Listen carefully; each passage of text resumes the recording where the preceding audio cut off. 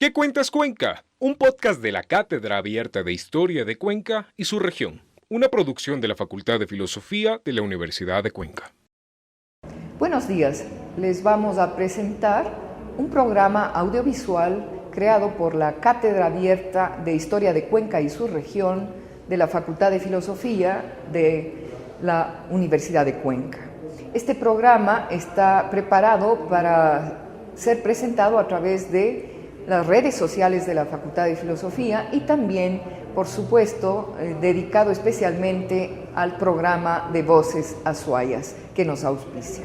Nos permitirá estar con ustedes, con el público, atendiendo temas de la historia local, de la historia regional y sobre todo de lugares excepcionales de la historia y nuestro patrimonio, como el de la capilla de la familia de los Coronel de Mora. Hemos invitado especialmente al magíster Manuel Carrasco Vintimilla, que fue profesor de la Facultad de Filosofía en el área de Historia y que, por supuesto, ha continuado con sus investigaciones y recientemente está preparando un libro en donde se habla de esta capilla, de la fundación de la capellanía de la familia Coronel de Mora y de la historia de la iglesia que hoy llamamos Catedral Vieja.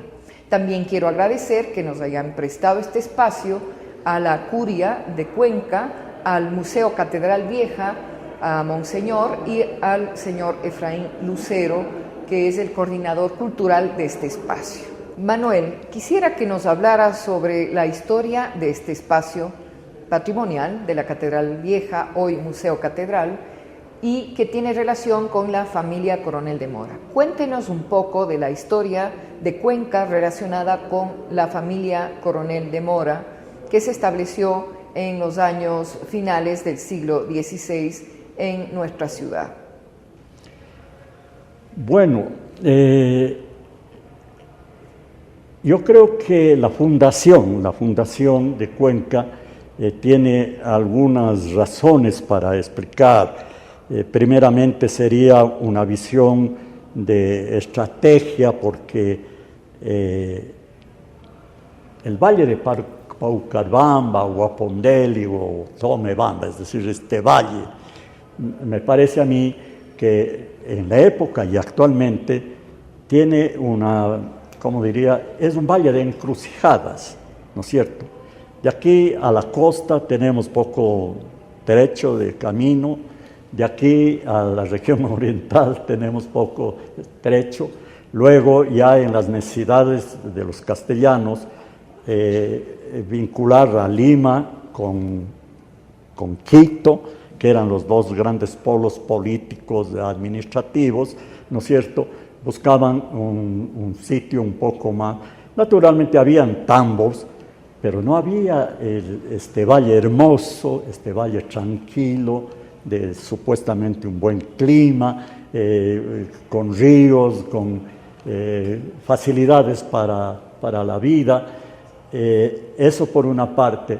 Por otra, antes de la fundación, usted sabe, Ana Luz, ya había habitantes en Tomebamba, había habitantes castellanos que empezaron a vincularse con los cañaris, ¿no es cierto?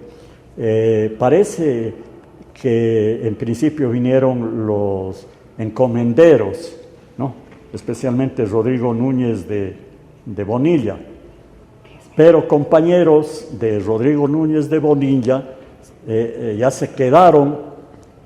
Incluso hay la teoría, no sé, o la propuesta de que ya había el asiento de Santana, que yo dudo, pero sí me parece que es más fuerte, por ejemplo, el asiento de Paucarbamba, ¿no es cierto?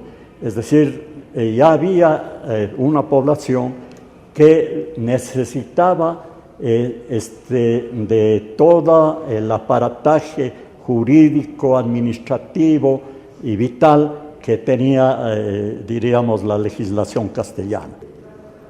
Quisiera, Manuel, que nos pudiera contar para este programa ¿Qué cuentas Cuenca? Una breve visión de lo que sucedía en Cuenca en ese periodo y la importancia que tienen familias como las Coronel de Mora, como los Avendaño, como los otros señores que también fundaron capellanías aquí, los Narváez, Hernández, por ejemplo. ¿Y cuál era el papel de estas familias, su relación con el cabildo, su relación con la tierra, con la producción y la construcción de lo que serían después las élites cuencanas del siglo XVII y del siglo XVIII? Primeramente yo quisiera manifestar que cuando se produce la conquista y luego la colonización, ¿no es cierto?, desde el punto de vista social, estos castellanos que venían acá a América, que no eran de la nobleza alta de España, sino más bien eran hidalgos y luego bajo pueblo o mediano pueblo, ¿no es cierto?, trajeron la estructura social de España a América. A principios del siglo XVII aparece aquí en la región un joven de aproximadamente 16 años denominado Antonio de Mora. Luego aparecerá ya con el título de capitán en su mayoría de edad. Él ha venido desde Ciudad Real con su padre a Lima, más o menos a la edad de 6 años. Luego muere su padre ahí en Lima y él queda huérfano, joven, y parece que le antecedían a él acá en la ciudad 2 hermanas, doña Catalina Coronel de Mora y doña Constanza de Mora, que vinieron anteriormente. Entonces él viene ya acá a Cuenca, como digo, joven, y más o menos a los 20 años establece matrimonio con una descendiente de uno de los primeros pobladores de la ciudad, el capitán Miguel de Contreras. Y esta señora, doña Agustina de Contreras, era también nieta de otro fundador de la ciudad, de Pedro, como es Cajas de Ayala. Entonces, él establece este matrimonio, me parece a mí, de pura conveniencia, porque el suegro y el abuelo, como digo, eran miembros del municipio, del cabildo, ¿no es cierto? Y él muy hábilmente establece este matrimonio con miembros de lo que ya constituían una jerarquía social aquí en la ciudad, por una parte. Y por otra, para terminar un poquito, por suerte, hereda una cuantiosa fortuna, ¿no?, de su hermana Catalina. Eso lo declara en su testamento, más o menos hasta ahí. Manuel, sería muy interesante que nos hablara más sobre la familia Coronel de Mora y en particular de doña Catalina Coronel de Mora, que es la fundadora de la capellanía y por supuesto a nombre de ella y para ella, en su patronazgo, se construyó este espacio tan hermoso que hasta hoy Cuenca tiene como parte de su patrimonio. Es decir, háblenos de esa Catalina, de su deseo de que se funde la capellanía y por supuesto el papel que cumplió su hermano y luego su sobrino para dar paso a la construcción de esta hermosa capilla. También habría que establecer algún antecedente de esto, ¿no es cierto? Yo he encontrado que en España, al inicio del cristianismo, de la cristianización de los reinos de España, ¿no es cierto?, se estableció una costumbre, la de enterrarse las élites en las iglesias, ¿no es cierto? Dice que al principio se enterraban en los atrios, luego se fueron apropiando del interior, en fin. Esa costumbre se trasladó también acá a América. Cuando se funda la ciudad, lo primero que se hace es señalar un terreno, un manzano como este que estamos ocupando actualmente, ¿no es cierto?, para la construcción de la iglesia principal de la ciudad. Y empiezan ya cuando habían fallecimientos, empieza a retomarse la costumbre de enterrarse en la iglesia. Inclusive cuando se realizó la reconstrucción de esto, se encontraron osamentas, hay la cripta que estábamos viendo, en fin. Entonces, doña Catalina, que parece que fue una mujer muy rica, le había comentado que le dejó una notable herencia a su hermano, este joven capitán de Mora. En su testamento, que no lo he logrado encontrar de doña Catalina, pero sí tengo el testamento del capitán Antonio de Mora, ¿no es cierto? Ella dispone que se establezca una capellanía en la iglesia matriz o en la iglesia principal de la ciudad de Cuenca.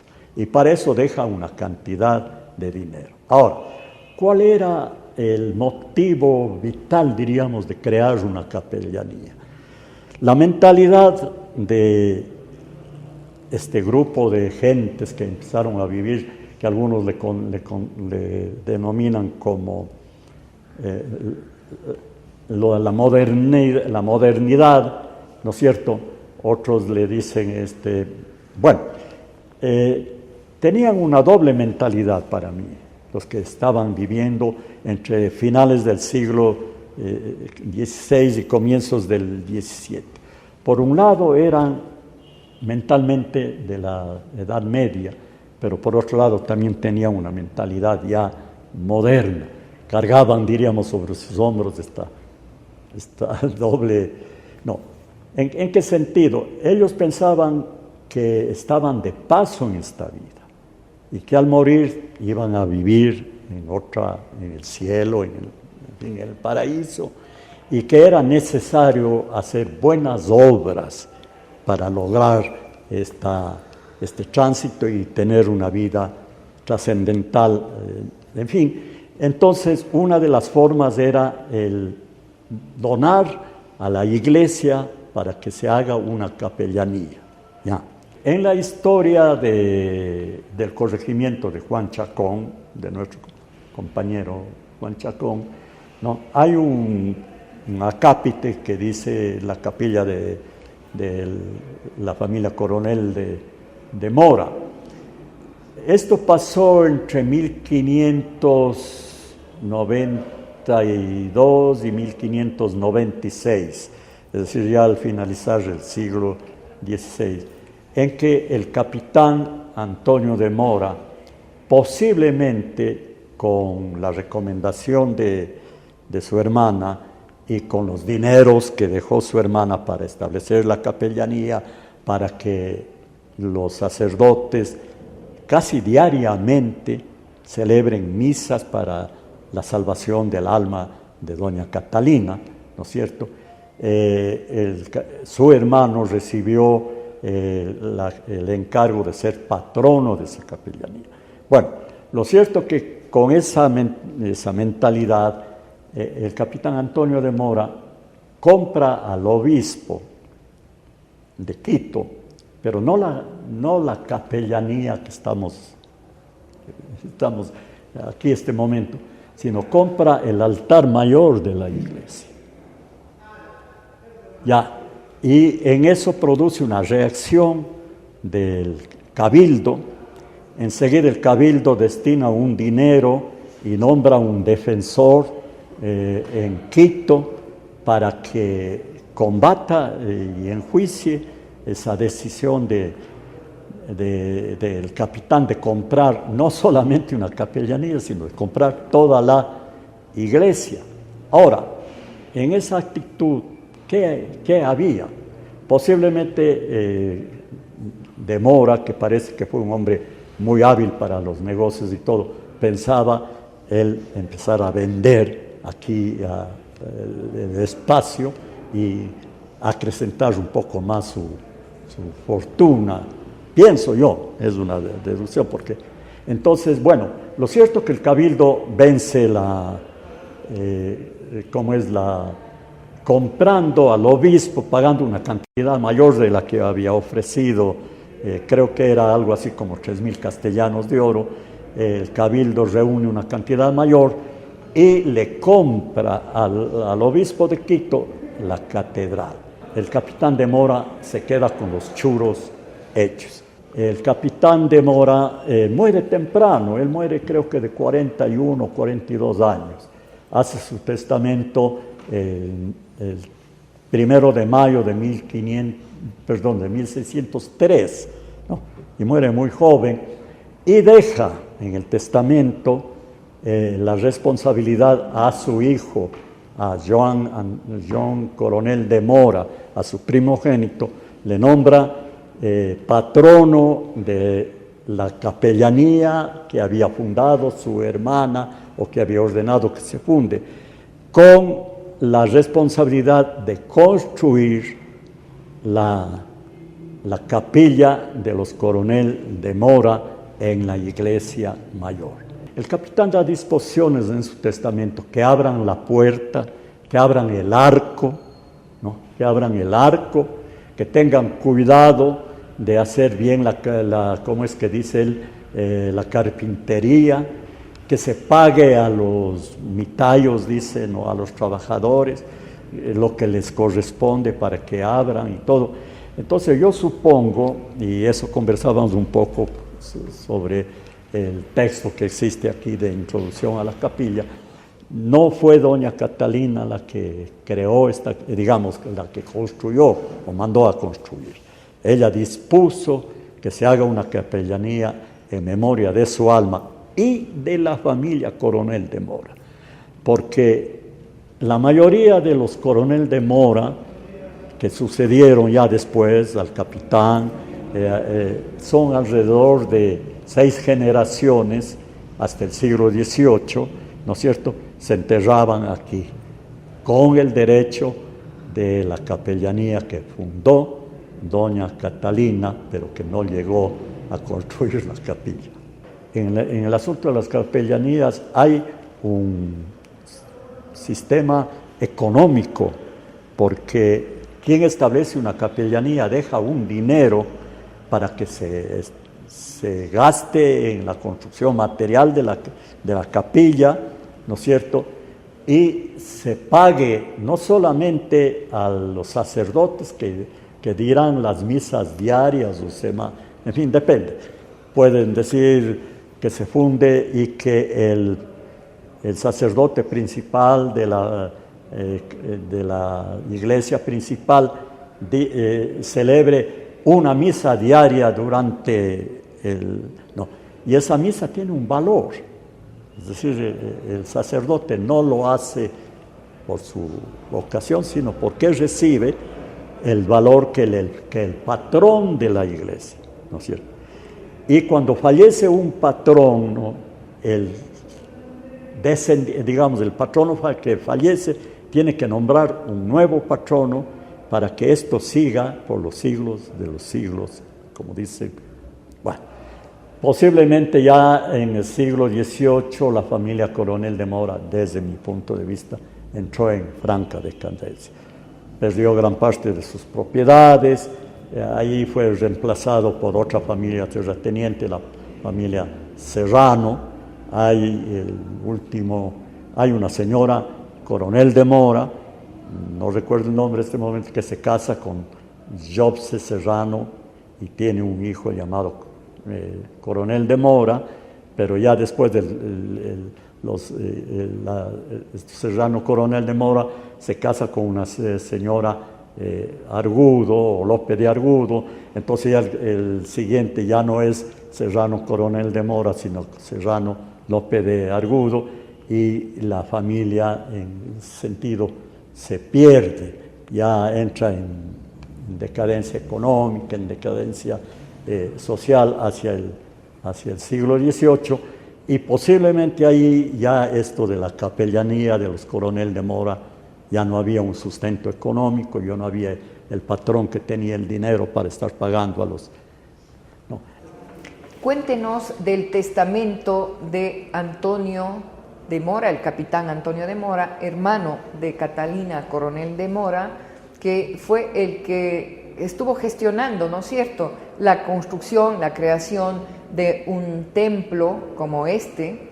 Es decir, él quiso ser el dueño y propietario de todo el templo que hoy conocemos como Catedral Vieja, de todo el templo del Sagrario, y esa relación pues que tuvo con el Cabildo, y finalmente pues esta construcción dedicada a salvar el alma de la familia, de toda la familia, de todos los descendientes, de todos los que estaban relacionados con la señora Catalina Coronel de Mora. La importancia que pudo tener en el tiempo, en esa época, la señora Catalina de Mora y el joven capitán Antonio de Mora.